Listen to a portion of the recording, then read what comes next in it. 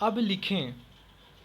सभापति महोदय, वित्त मंत्री महोदय ने जो बजट सदन के सामने प्रस्तुत किया है वह बहुत ही बुद्धिमानी के साथ तैयार किया हुआ बजट है।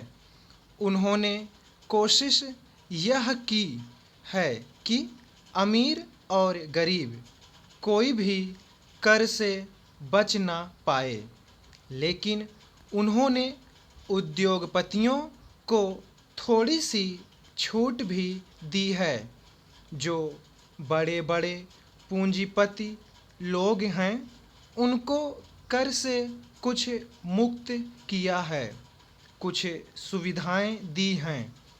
मैं नहीं समझ पाया हूँ कि ऐसा उन्होंने क्यों किया है। वह जो चाहेंगे उसको करेंगे, लेकिन मैं भी जो सोचता हूँ उसको आपके सामने रखना चाहता हूँ।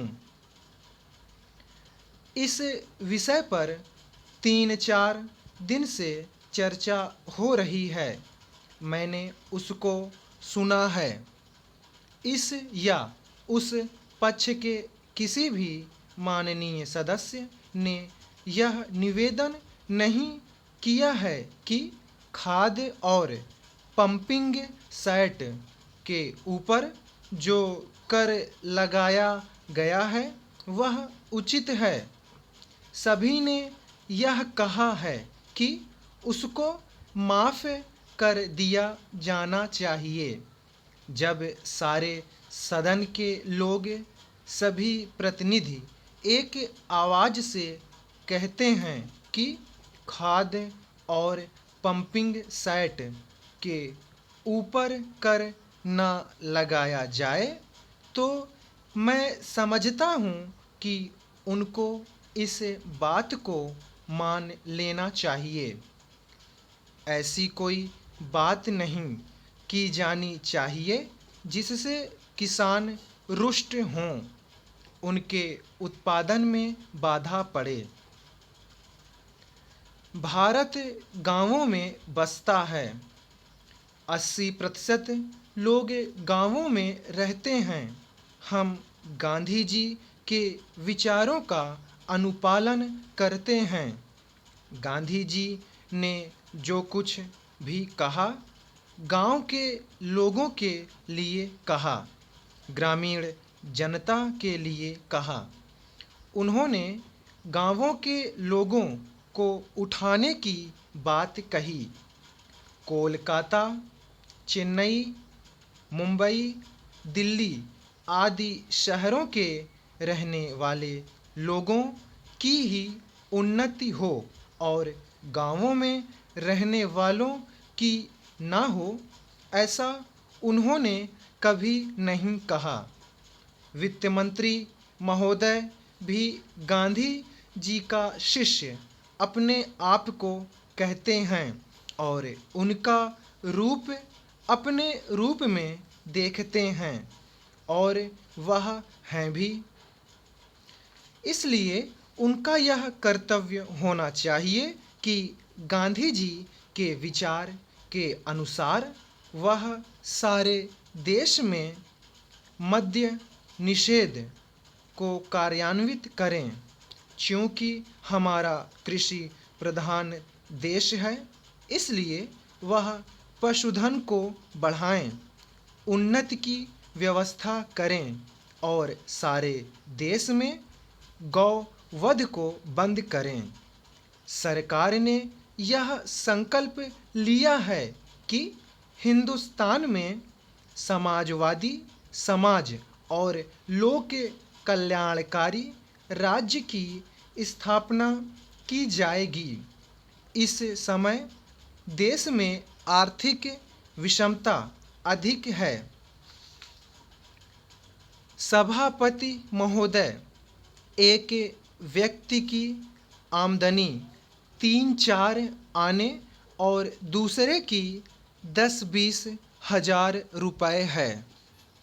अगर वित्त मंत्री महोदय इस विषमता को दूर नहीं करेंगे तो समाजवाद का नारा बिल्कुल कोरा और कागजी सिद्ध होगा। इस देश में 8-10 करोड़ हरिजनों का एक ऐसा वर्ग है जिसकी आर्थिक स्थिति बहुत गिरी हुई है। इस बजट में उनकी उन्नति और कल्याण की योजनाओं का समावेश होना चाहिए। वित्त मंत्री ने 1500 करोड़ रुपए के जो कर लगाए हैं उनसे देश के आम आदमियों की हालत खराब हो गई है। मुझे इस बात की बड़ी प्रसन्नता है कि योजना के अंतर्गत देश में विकास कार्य हो रहा है और अब हम इस दिशा में जो कुछ कर पाए हैं वह प्रशंसनीय है। लेकिन मुझे दुख के साथ कहना पड़ रहा है कि जहां कृषि के क्षेत्र में उत्पादन बढ़ रहा है, उद्योग के क्षेत्र में उत्पादन बढ़ रहा है, देश की संपत्ति बढ़ रही है, हर आदमी की औसत आय भी बढ़ रही है, फिर भी हमारे यहाँ की पुरानी गरीबी बिल्कुल नहीं हटी है।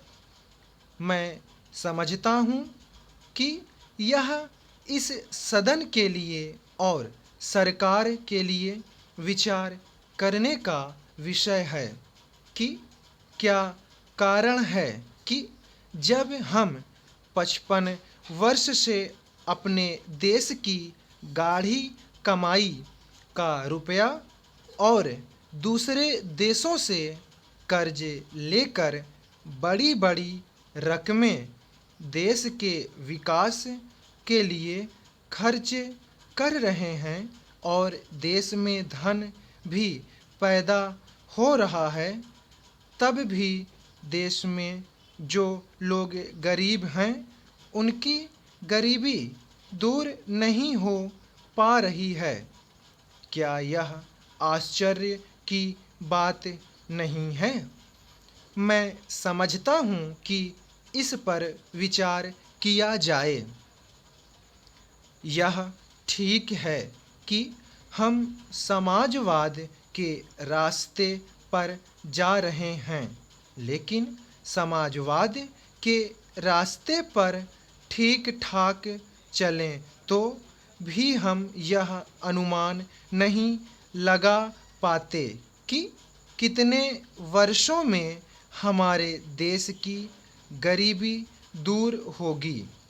यह ठीक है कि हम योजना के तरीके पर काम कर रहे हैं, लेकिन इस बात को देखने की आवश्यकता अब पैदा हो गई है कि देश में जो धन पैदा होता है वह कहाँ जाता है।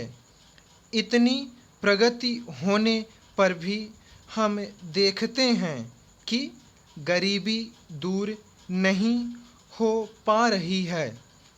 गरीबों को खाने के लिए अन्न नहीं मिलता, पहनने के लिए कपड़ा नहीं मिलता। इसका क्या कारण है? यह गंभीरतापूर्वक सोचने की बात है। समस्या समाजवाद का प्रस्ताव पास करने से ही हल नहीं होगी। समाप्त।